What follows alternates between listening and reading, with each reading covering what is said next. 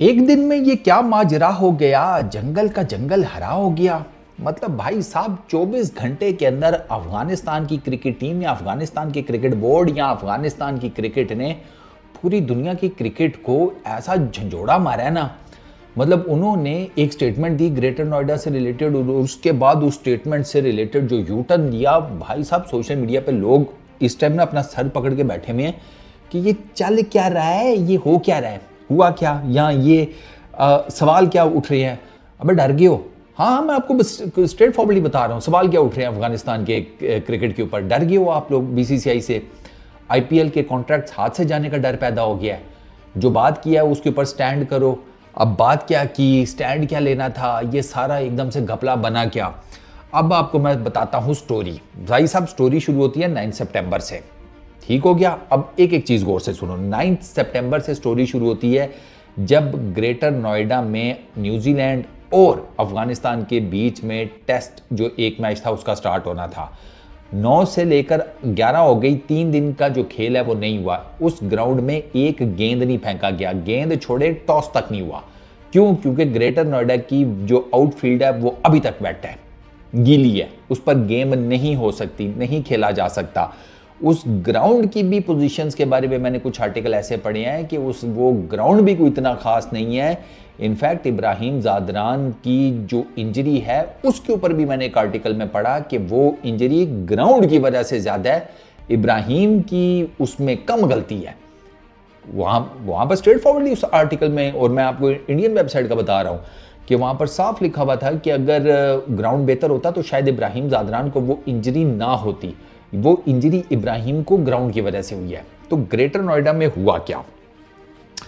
Outfield मैंने आपको बताया जैसा कि वेट है। अब नॉर्मली क्या होता है कि आपने टेस्ट मैचेस में देखा होगा कि अगर वेट आउटफील्ड है तो क्या कुछ घंटों का प्ले ज़ाया हो जाएगा, ठीक है, मैक्स हो जाए तो एक दिन का हो जाएगा, क्योंकि वो भी इस कंडीशन में कि अगर बारिश हो रही है तो। यहां पर पहले 2 दिन के प्ले में तो बारिश हुई नहीं, बारिश तो उससे पहले हुई थी कुछ दिन। वो जो कुछ दिन पहले बारिश हुई थी उसी का पानी नहीं सूख पा रहा था। वेट फील्ड आउटफील्ड गीली, पिच की कंडीशन ये थी कि पिच के ऊपर भाई साहब जो कवर पड़ा था ना, ये भी बहुत इंटरेस्टिंग स्टोरी है। पिच के ऊपर कवर पड़ा हुआ था, उस पर पानी खड़ा था। ग्रेटर नोएडा का जो ग्राउंड स्टाफ था ना, वो उस पानी को वाइपर से, उन्हें कहीं और समझ नहीं आ रही थी किधर लेकर जाएं, वो जो बॉलर एंड है ना उसकी तरफ धकेल रहे थे पानी को। अफगानिस्तान के कुछ क्रिकेटर्स और उनके कोच ने जब ये देखा तो वो भागे हुए आए। उन्होंने कहा भैया खुदा का नाम है, बाल्टी लो, मग्गा लो, इस पानी को बाल्टी में डालकर ग्राउंड से बाहर जाकर फेंको, बॉलिंग एंड की तरफ क्यों फेंक रहे हो, बॉलर मारना है तुमने क्या। और वो फिर जनाब एक भागम भाग एक बंदा गया ग्राउंड स्टाफ का, मग्गा और बाल्टी लेकर आया, वो पानी वहां से पिच वाले कवर से उठाकर बाहर फेंका गया। ये सूरत हाल है ग्रेटर नोएडा में ड्रेनेज और फैसिलिटीज की। ये और इसके ऊपर लिखा जा चुका है, आप जाकर पढ़ लें इंटरनेट के ऊपर। मैं आपको कोई भी चीज़ अपनी तरफ से एग्जैजरेट करके नहीं बताऊंगा, मेरे फैंस को पता है मैं 2 + 2 4 करने वाला बंदा हूं। जो ठीक है वो बात ठीक है। अच्छा, अब ये चूंकि इंटरनेशनल स्टैंडर्ड्स का ग्राउंड है, बीसीसीआई के अंडर आता है, तो जो ड्रेनेज का पुअर सिस्टम, जो फैसिलिटीज़ के बारे में बात हुई, सूखी घास के ये टुकड़े उठाकर, गीली घास के टुकड़े ग्राउंड पे से उठाकर प्रैक्टिस पिचेस की तरफ लेकर जाया गया। वहाँ से जनाब कोई सूखा मूखा टुकड़ा उठाकर इधर एडजस्ट करने की कोशिश की गई। मतलब केओस। सोशल मीडिया पर तो लोगों ने यहाँ तक लिखा हुआ है कि जहाँ पर ये ठहरे हुए थे ना अफगानिस्तान के प्लेयर्स और न्यूजीलैंड के प्लेयर्स, वहाँ पर जो बर्तन मौजूद थे उनको वॉशरूम्स में धोया जा रहा था।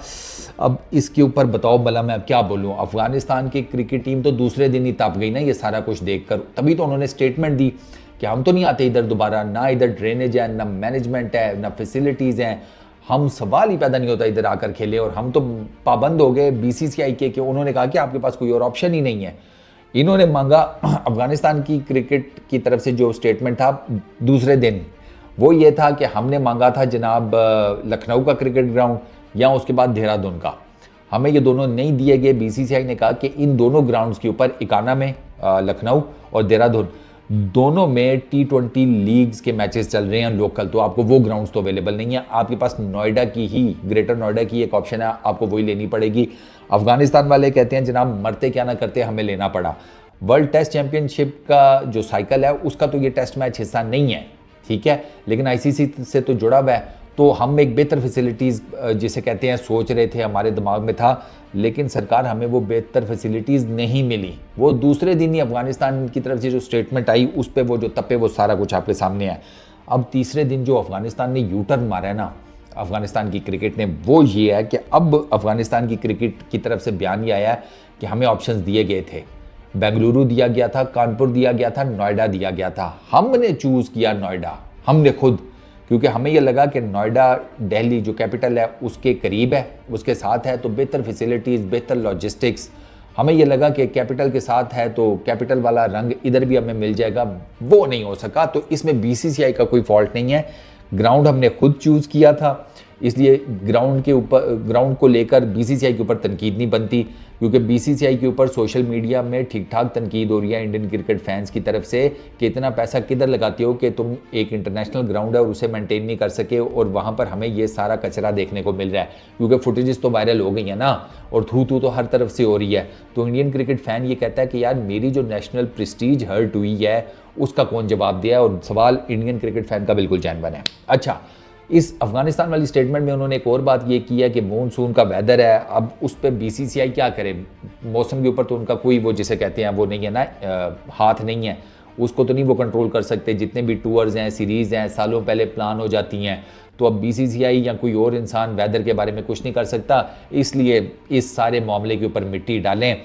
तो अब ये जो दूसरा यू टर्न वाला स्टेटमेंट आया ना, उसके बाद अब सोशल मीडिया के ऊपर एक बहस चल रही है कि यार ये मतलब हैरान है हर कोई कि यार एक टेस्ट मैच है, उसके दूसरे दिन आप एक स्टेटमेंट देते हैं जो कि ठीक ठाक गुस्से वाली है, और तीसरे दिन आप अपनी ही स्टेटमेंट से यू टर्न ले लेते हैं। तो फिर अब अफगानिस्तान की क्रिकेट की जो जितने भी हैं करता धरता प्लेयर्स हो गए, मैनेजमेंट हो गई, उनको ये पूछा जा रहा है कि भैया क्या आईसीसी वालों ने डांट लगा दी है तुम्हें, बीसीसीआई वालों ने तुम्हें क्या कोई धमकी शमकी दी है, तुम्हें कोई क्या कहा है उन्होंने ऐसा कि तुमने इतना बड़ा यू टर्न लिया है, क्या तुम्हें ये धमकी मिली है कि तुम्हारे आईपीएल के कॉन्ट्रैक्ट्स तुम्हारे प्लेयर्स के फारिग कर देंगे, ये वो कियोस है उस्ताद जी, कियोस है इस टाइम सोशल मीडिया के ऊपर। और आई रियली डोंट नो कि अब एट द बैक क्या हुआ है, आप लोगों से समझने की कोशिश करती है। आप लोग बताओ नीचे कमेंट सेक्शन में कि आपको क्या लगता है कि दो मेजर स्टेटमेंट्स 2 दिनों में अफगानिस्तान ने, और वो भी एक दूसरे के बिल्कुल ऑपोजिट, ये जो दिए हैं, इसके पीछे क्या रीज़न हो सकती है। इस वीडियो में इतना ही, अपना बहुत ख्याल रखना, नेक्स्ट वीडियो में मुलाकात होगी, पीस आउट।